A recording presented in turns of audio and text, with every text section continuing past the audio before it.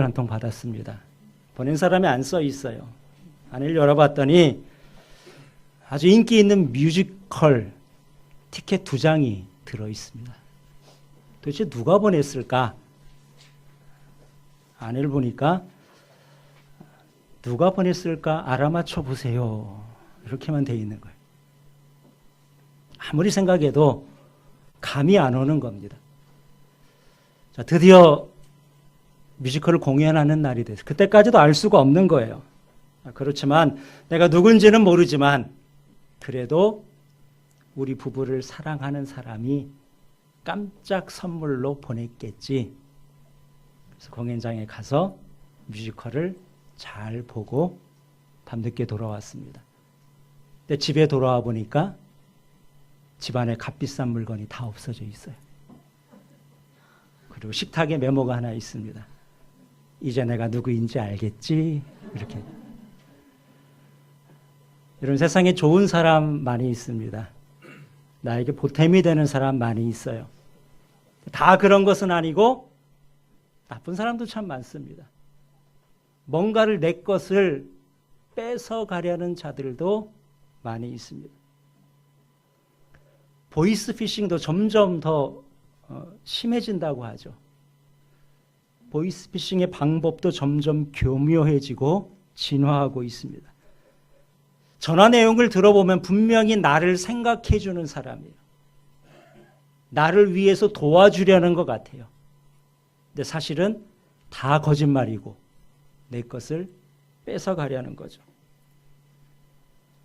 오늘 우리가 본 성경 말씀에 보니까 예수님께서는 예수님이 이 땅에 오신 이유를 아주 명확하게 말씀을 하셨습니다. 도둑이 오는 것은 도둑질하고 속이고 멸망시키려는 것뿐이요.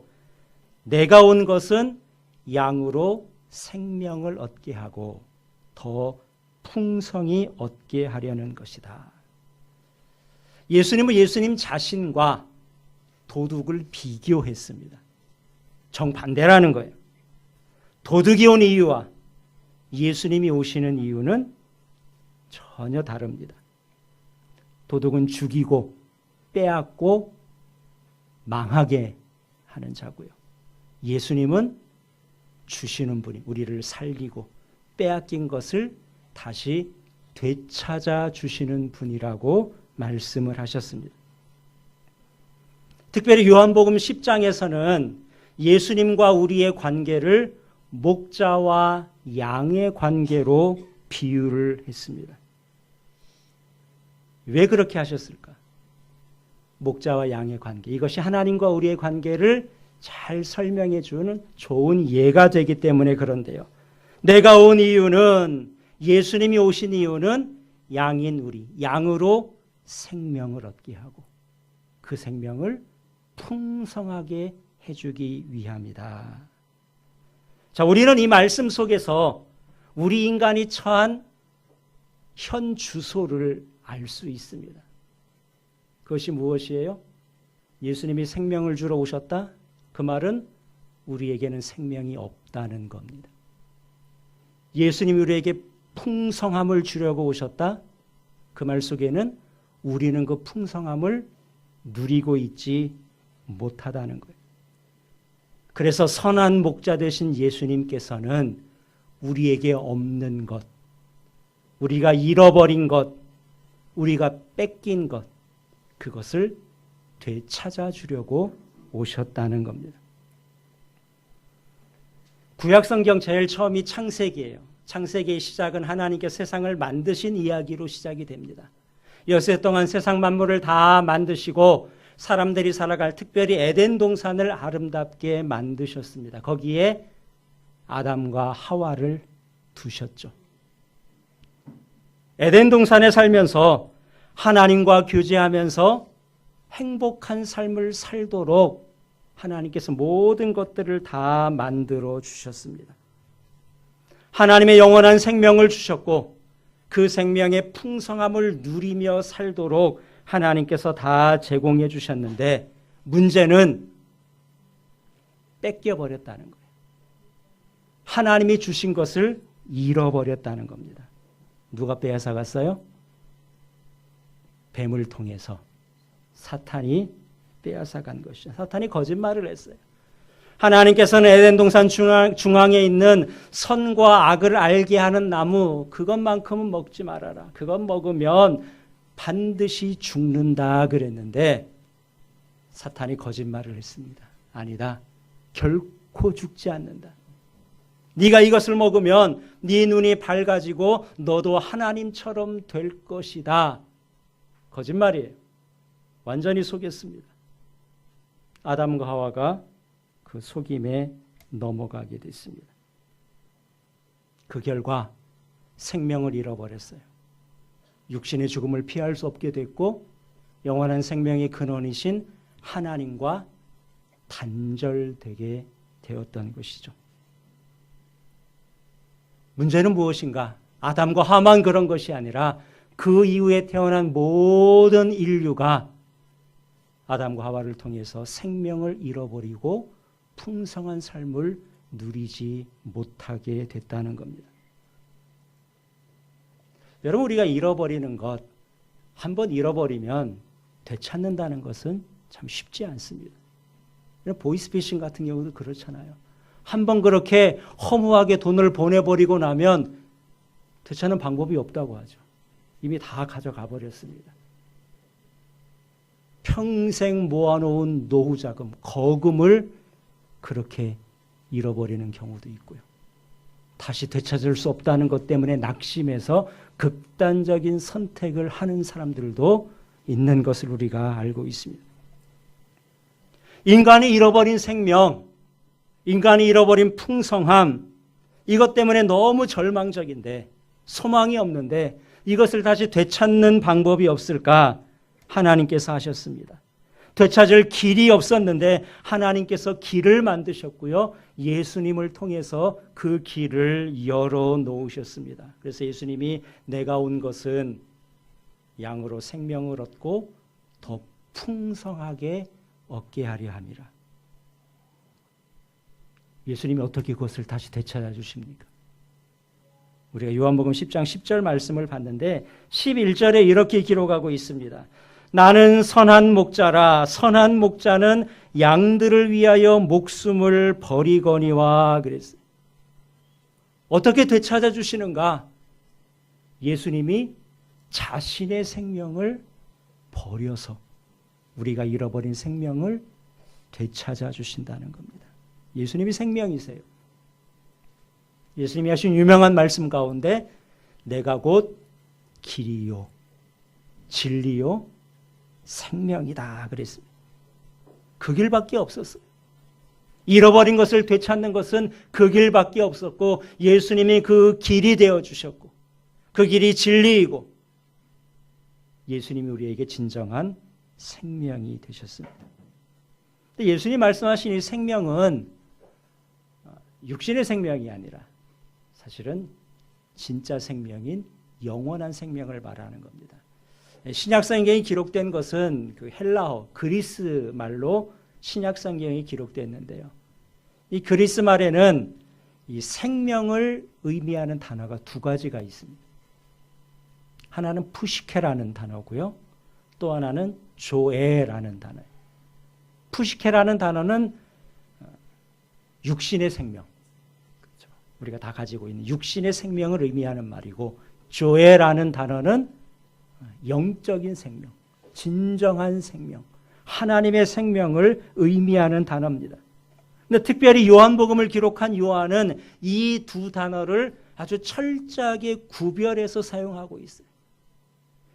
예수님이 너희에게 생명을 주러 왔다. 조에라는 단어를 써요. 내가 길이요 진리요 생명이다. 푸시케가 아니라 조에라는 단어를 쓰고 예수님이 우리에게 주시는 생명이 무엇인지를 분명히 증거하고 있습니다. 세상에는 두 종류의 사람이 있습니다. 이 생명이 있는 사람과 없는 사람이죠. 그래서 또 요한이 쓴 요한 1서라는 책에 보면은 이렇게 말씀합니다. 아들이 있는 자에게는 생명이 있고 하나님의 아들이 없는 자에게는 생명이 없다. 조회라는 진정한 생명은 하나님께 속해 있는 거예요. 하나님의 아들인 예수님이 참 생명 되시는데 그 아들이 있는 자가 진정한 생명을 가지고 있다는 것입니다. 내가 곧 길이요 진리요 생명이니, 그 다음 예수님이 이렇게 말씀하세요. 나로 말미암지 않고는 아버지께로 올 자가 없다. 하나님과 우리가 분리됐습니다. 생명을 잃어버리고 풍성함을 빼앗기고 에덴 동산에서 쫓겨났어요. 예수님을 통해서 그 생명을 회복하지 않고는 아버지께로 다시 되돌아갈 수 있는 길이 없다는 것이죠. 하나님께로 간다는 것은 원래 있던 자리로 되돌아가는 겁니다. 잃어버린 자가 자기 자리를 되찾는 것이고요. 그것이 바로 천국에 가는 것이고 원래의 자리로 복직되는 겁니다. 그래서 생명이 있는 사람은, 예수님을 믿고 예수님의 생명이 있는 사람은 인생의 목적지가 다른 사람이에요. 우리가 잘 아는 유명한 아인슈타인 잘 아실 겁니다. 한 번에 이분이 기차를 타고 여행을 하게 됐어요. 요즘 뭐 기차를 타도 이 종이 티켓이 필요가 없습니다. 그리고 이전처럼 와서 표를 보여주십시오. 검사하는 사람도 없더라고요. 근데 과거에는 그렇지 않았죠. 열차표를 사야 됐고 중간에 이 차장이 다니면서 표 검사를 했습니다. 그리고 뭐 구멍도 이렇게 뚫어주고 이렇게 했던 것을 기억할 겁니다. 아인슈타인이 기차를 타고 가고 있는데 차장이 검표를 하러 오는 거예요. 주머니를 이렇게 뒤져봤더니 표가 손에 안 잡힙니다. 가방에 있나? 가방도 뒤지고 자리에 내가 떨어뜨렸나? 일어서서 주변을 다 살폈는데 표를 찾을 수 없는 거예요. 차장이 곁에 왔습니다. 표를 찾고 있으니까 보더니 알아보는 거예요. 아, 박사님이시군요. 표를 내가 지금 못 찾고 있다고 하니까 아무래도 박사님이 표를 안 끊고 타셨겠습니까? 이제 괜찮습니다. 그냥 찾으시고 그만 찾으시고 그냥 편하게 여행하십시오. 이렇게 말하고 옆 사람에게 갔어요. 차장이 다른 승객들의 표를 다 검사한 다음에 옆칸으로 가려고 전체를 한번 둘러보니까 여전히 아인슈타인 박사가 자기 표를 일어나서 찾고 있는 겁니다. 그래서 다시 갔어요. 박사님 이제 그만 찾으셔도 됩니다. 차표 안 보여주셔도 괜찮아요. 틀림없이 저는 표를 샀다고 믿습니다. 그러니까 이제 편안한 마음으로 그냥 가십시오. 이렇게 말을 했습니다. 그랬더니 이 아인슈타인 박사가 이 차장을 바라보면서 이렇게 말했다 그래요. 여보게, 나도 내가 누구인지는 알고 있다네. 그런데 문제는 그 표가 없으면 내가 어디로 가는지 목적지를 모른다는 거야. 그럼 그렇죠. 열차를 타는 것도 중요하지만 목적지가 어디인지를 모르면 큰일 나는. 여러분 어떻습니까? 우리 인생길에 여러분의 목적지를 여러분은 분명히 알고 계신가요? 생명이 있는 사람은 목적지가 다른 사람이에요. 뿐만 아니라 생명이 있는 사람은 이 세상을 살아가는 차원이, 삶의 질이, 클래스가 다릅니다. 생명이 있는 자에게 주님께서는 풍성한 삶을 약속해 주셨어요. 여러분이 생각하는 풍성한 삶이 무엇이라고 생각을 하고 계십니까? 좋은 집에 살면서 풍족한 삶을 살면 그것이 예수님이 말씀하신 풍성한 삶인가? 건강식을 먹으면서 삶의 여가를 즐기는 것이 풍성한 삶인가? 물론 이런 것들도 필요하겠죠. 근데 이것이 전부는 아닙니다.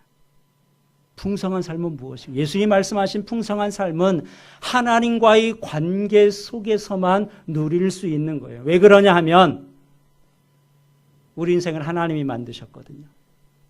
하나님과 교제하도록 만드셨어요. 그래서 하나님이 아니면 우리 인생에 영원히 채워지지 않는 빈자리가 있습니다. 그래서 풍성한 삶은 예수님만이 주실 수 있는 거예요. 여러분 어떻습니까? 여러분의 지금의 삶에 충분히 만족하고 계신가요? 단 지금이 최상이다. 지금보다 더 좋을 수 없다. 그렇게 생각하십니까? 그런 생각은 아마 좀 쉽지 않을 거예요.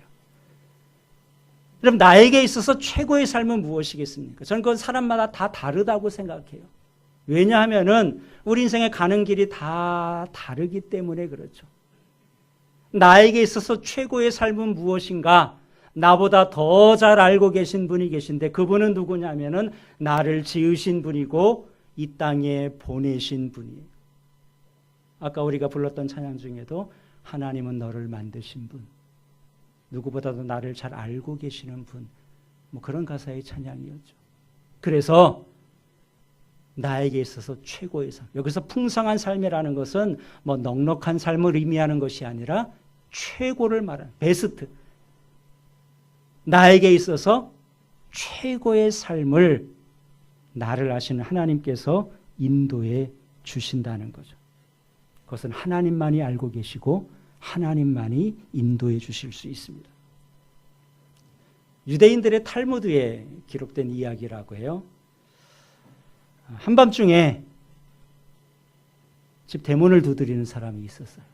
나가서 열어보니까 왕이 보낸 사람이었습니다. 그러는 거예요. 지금 임금님이 당신을 급하게 궁궐로 들어오라고 합니다. 빨리 준비하고 들어오세요. 무슨 일로 부르시나요? 그건 제가 말씀드릴 수 없고 들어와 보시면 압니다. 무슨 일로 이렇게 왕이 갑자기 부를까? 막상 들어가려고 보니까 걱정이 태산 같았습니다. 어떻게 할까 생각하다가 그래도 혼자 가는 것보다 친구와 함께 가면 좀 마음이 나을 거라고 생각을 했어요. 그래서 그래, 친구에게 부탁을 해서 함께 좀 가달라고 이야기를 하자 그랬습니다. 이 사람에게는 3명의 친구가 있었는데요. 먼저 가장 친하다고 생각하는 친구를 찾아가서 자초지종을 설명하고 같이 좀 궁궐에 가달라고 부탁을 했습니다. 그랬더니 이 친구가 단번에 거절을 하는 거예요. 아니 나는 같이 갈 수 없어. 다른 일이 있거든. 그러면서 안 된다고 합니다. 좀 마음에 상심이 됐어요. 두 번째 친구를 찾아갔습니다.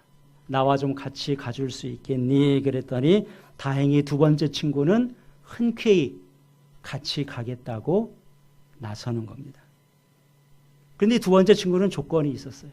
그런데 나는 대궐 문 앞에까지밖에 가줄 수가 없어. 그 안은 네가 혼자 들어가야 돼. 할 수 없이 세 번째 친구를 찾아갔습니다. 문을 두드리니까 그렇게 친한 사이가 아니었는데도 아주 반갑게 나오는 거예요. 설명을 하고 부탁을 했습니다. 그랬더니 기다렸더니 걱정하지 마. 당연히 내가 같이 가야지. 뭐 네가 착하게 살았는데 별일이야 있겠어? 혹시 어려움이 있으면 내가 잘 이야기를 해드릴게. 이렇게 하면서 기쁘게 나서는 겁니다. 여러분 이 이야기가 무슨 이야기인지 좀 눈치를 채셨습니까? 이 이야기는 하나의 비유인데요.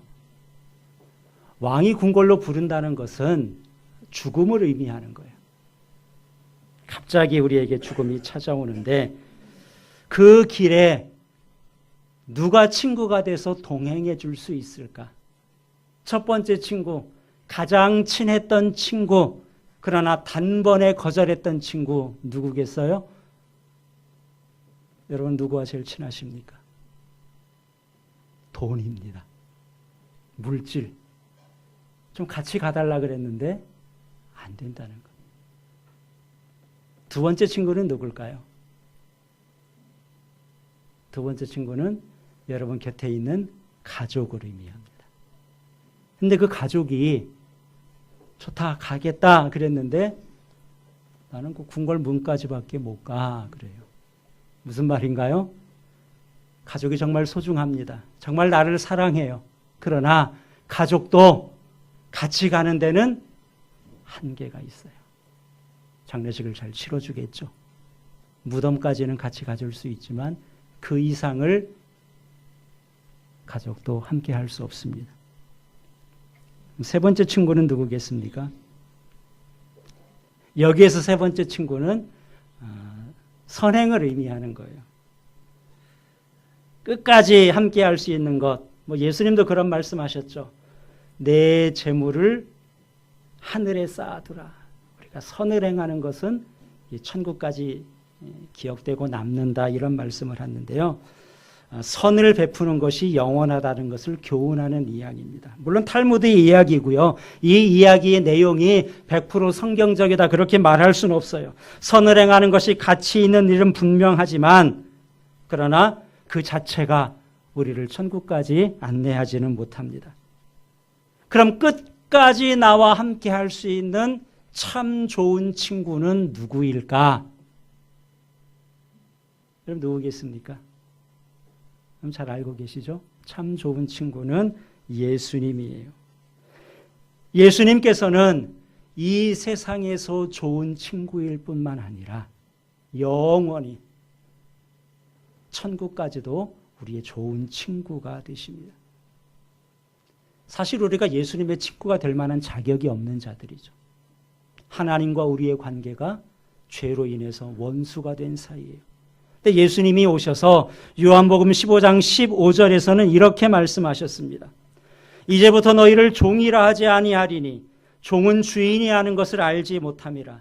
너희를 친구라 하였노니 내가 내 아버지께 들은 것을 다 너희에게 알게 하였음이라.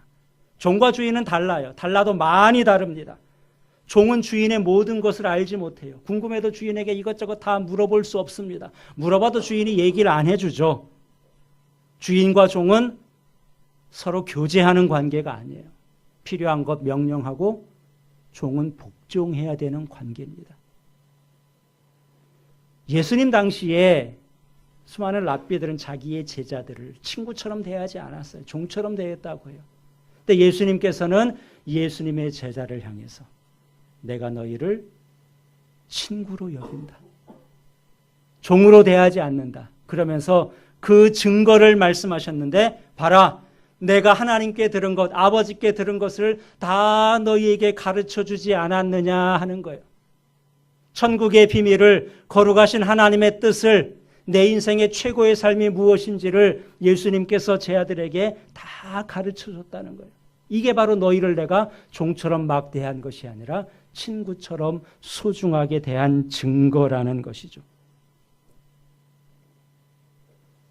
예수님이 세상에 계실 때 예수님의 별명이 하나 있었습니다. 좀 예수님을 싫어하는 사람이 붙여준 별명인데 그 별명이 뭐냐면 세리와 죄인들의 친구예요. 예수님이 많은 사람들을 만나는데 주로 질이 안 좋은 사람들과 같이 어울리셨다는 거죠. 이 당시에 세리라면은 매국노 취급을 받았습니다. 죄인들, 창녀들, 주변에서 손가락 하는 사람들과 주로 어울리는데 불쌍해서 좀 도와주는 정도가 아니라 같이 음식을 먹고 나누고 몰려다니는 거예요. 그래서 그것을 제대로 보지 못하는 사람들은 세리와 죄인들의 친구, 이렇게 좀 경멸조로 불렀습니다. 여러분, 함께 음식을 먹는다는 것은 친한 사이라는 거예요. 예수님께서는 죄인들의 친구로 오셨고 그 죄인들에게 잃어버린 생명, 잃어버린 그 풍성함에 대해서 말씀해 주셨고 그들의 친구가 되어주신 것이죠. 오늘 우리에게도 예수님은 친구가 되십니다. 우리와 눈높이를 맞춰주시고 우리에게도 말씀해 주세요. 어떻게 사는 것이 풍성한 삶인지, 어떻게 사는 것이 나에게 가장 적합한 최고의 삶인지 그것은 하나님만 알고 계시고 하나님만 말씀해 주실 수 있는 거죠.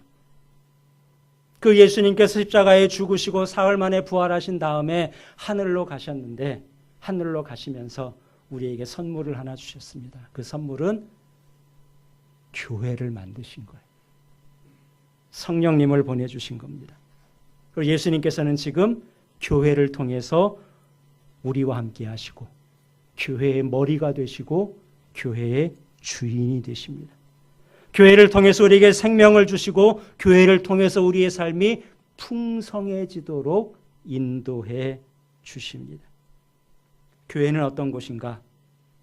생명의 주인 되신 그 주님과 함께하는 곳이, 함께 인생길을 걸어가는 곳이 교회입니다. 그래서 우리 참 좋은 교회가 처음 설립된 지 이제 5주년을 맞는 날입니다. 5년간 우리가 함께 왔어요. 여전히 우리에게 부족한 것이 있습니다. 5주년을 맞이해서 함께 가는 이 길에 우리의 가족들이, 우리가 사랑하는 친구들이 같이 갔으면 하는 마음으로 오늘 여러분들을 이 자리에 모셨습니다. 여러분, 예수님께서는 우리 인생의 가장 좋은 친구가 되십니다. 영광스러운 일이죠. 교회는 그 예수님 우리의 친구로 모시고 함께 가는 믿음의 공동체입니다. 5년을 함께 오셨는데 앞으로도 계속해서 이 길을 함께 가고 여러분 모두가 함께 하시고 함께 가는 그 길에 하나님 예비하시는 그 생명의 풍성함이 있는 그런 복된 삶이 될 수 있기를 우리 주님의 이름으로 간절히 축원합니다. 우리 잠깐 기도